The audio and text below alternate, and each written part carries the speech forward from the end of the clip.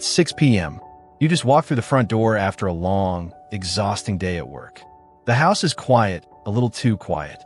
You drop your keys, turn the corner into the living room, and freeze. It looks like a snowstorm just hit your house. There is shredded cotton, memory foam, and torn fabric covering the floor. And sitting right in the middle of the wreckage of your favorite, most expensive bed pillow is your dog. Their ears are pinned back, their head is lowered, and they're giving you that classic guilty look.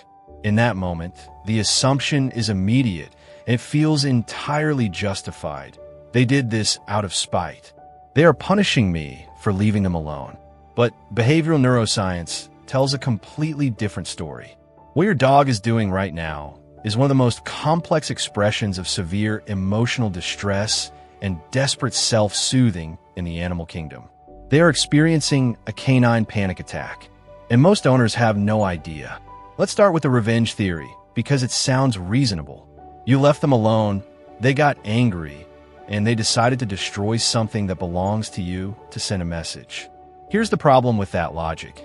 Dogs simply do not possess the prefrontal cortex capacity required for premeditated spite.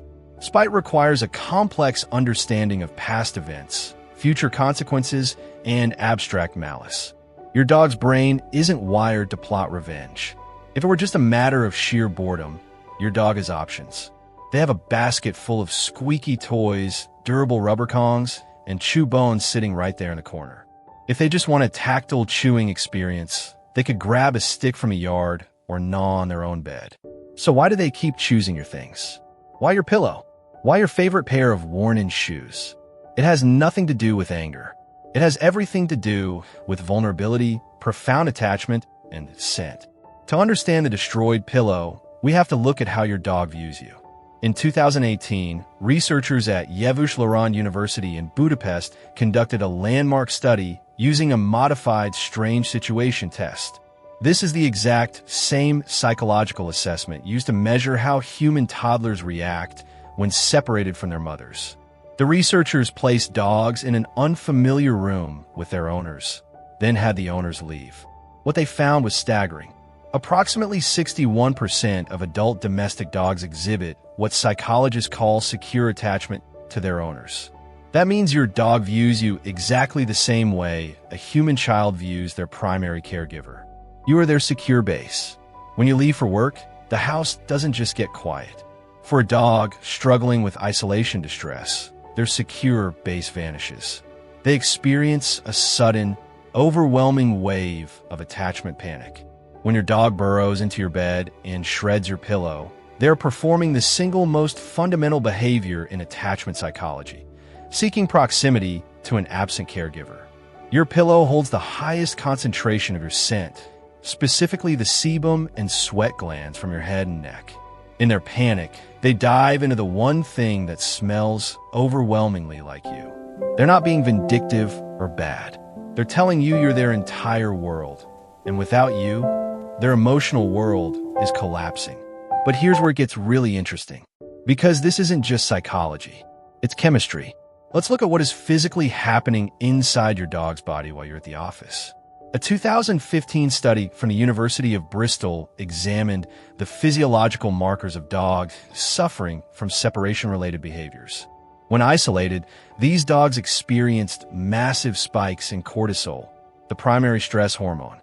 Their heart rate variability, HRV, plummeted, indicating a nervous system trapped in a state of high alert, or fight or flight. So, how does a dog cope with a cortisol flood when they're trapped alone in a house? Through their jaws. The physical act of tearing, shredding, and gnawing activates proprioceptive nerves in a dog's jaw and gums. This mechanical action sends a signal to the brain to release a massive wave of endorphins and dopamine. It is a highly effective physiological coping mechanism. Chewing is the canine equivalent of a human stress eating or biting their nails during a panic attack. They are self-medicating to combat the cortisol spike. This co-evolved specifically between dogs and humans over thousands of years. If you look at captive wolves, when they experience isolation stress, they pace. Cats might vocalize or overgroom. But dogs? Dogs seek out the scent of their human and chew. Now, think about what happens over 4 or 8 hours of relentless, panic-driven chewing. Your pillow never stood a chance. When did this intense, hyper-dependent behavior start? The answer is basically from the beginning. If we travel back over 15,000 years to the pre-agricultural world, before written language or permanent settlements, we find the roots of this vulnerability. During the domestication process, as wolves began approaching human camps, we didn't just select the friendliest animals to breed. We unknowingly selected for permanent infancy. Archaeological findings, like the famous 14,000-year-old Bonober Castle dog burial in Germany, show domestic dogs buried alongside humans, cared for through illness. These weren't just working animals. They were family. And modern genetics proves how deep this goes. Recent sequencing shows that domestic dogs carry unique genetic insertions on chromosome 6, specifically the GTF2I and GTF2IRD1 genes. In humans, variations in these exact same genes cause Williams-Beuren syndrome, a condition characterized by extreme, indiscriminate hypersociability. We literally bred dogs to be biologically obsessed with us. Your dog isn't doing something unusual when they panic in your absence. They're doing something that's been selected for across 15 millennia of evolution. Now, I want to tell you about a study that nobody talks about because the finding seems impossible at first. For decades, owners have tried punishing dogs for destroying items or locking them out of the bedroom entirely. But research from the University of Lincoln in 2020 explored the emotional reality of separation anxiety.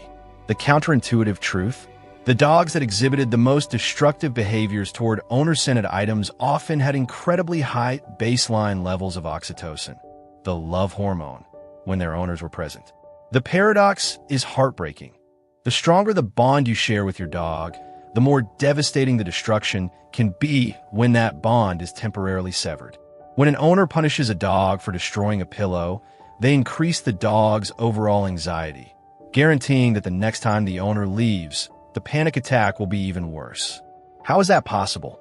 Because to the dog, psychological safety is more important than physical comfort or obeying rules. They aren't thinking about the cost of the bedding. Maybe your dog isn't ruining your home decor.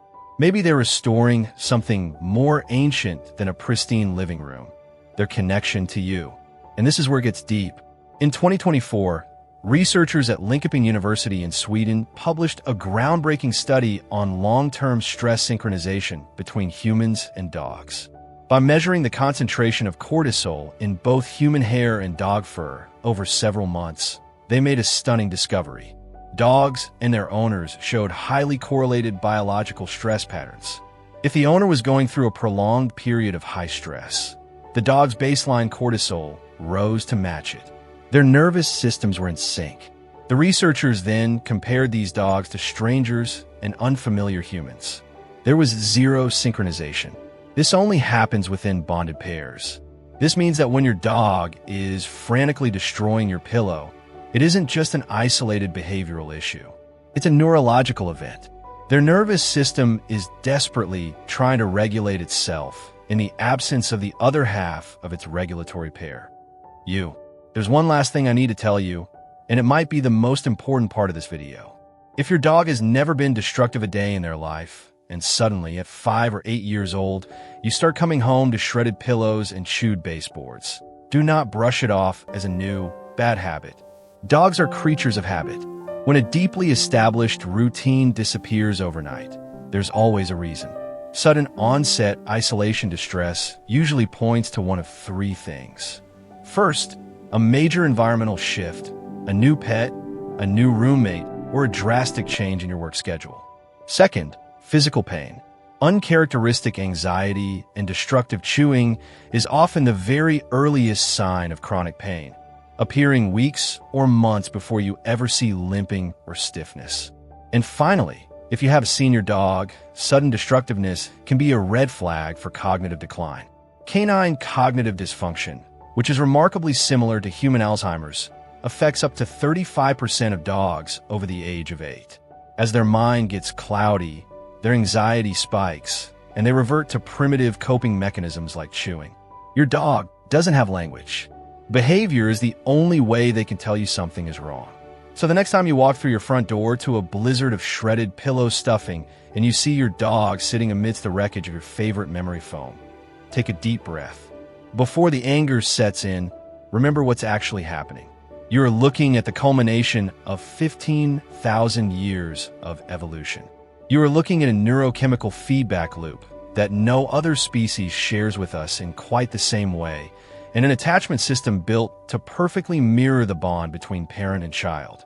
They didn't do it because they hate you. They did it because all of their biology is pointed at one single, undeniable truth. The scent of your pillow is the safest place in their world, and they just wanted to feel close to you. And honestly, the science suggests that understanding that profound vulnerability might just make you a more empathetic human, too. If this video changed how you see your dog's behavior, subscribe to Mindful Paws and drop a comment below. I want to know, what is the craziest thing your dog has ever destroyed while you were away? And if you want to understand why your dog intensely stares into your eyes while they're going to the bathroom in the yard, that's the next video. And the science behind it is even stranger than you'd expect.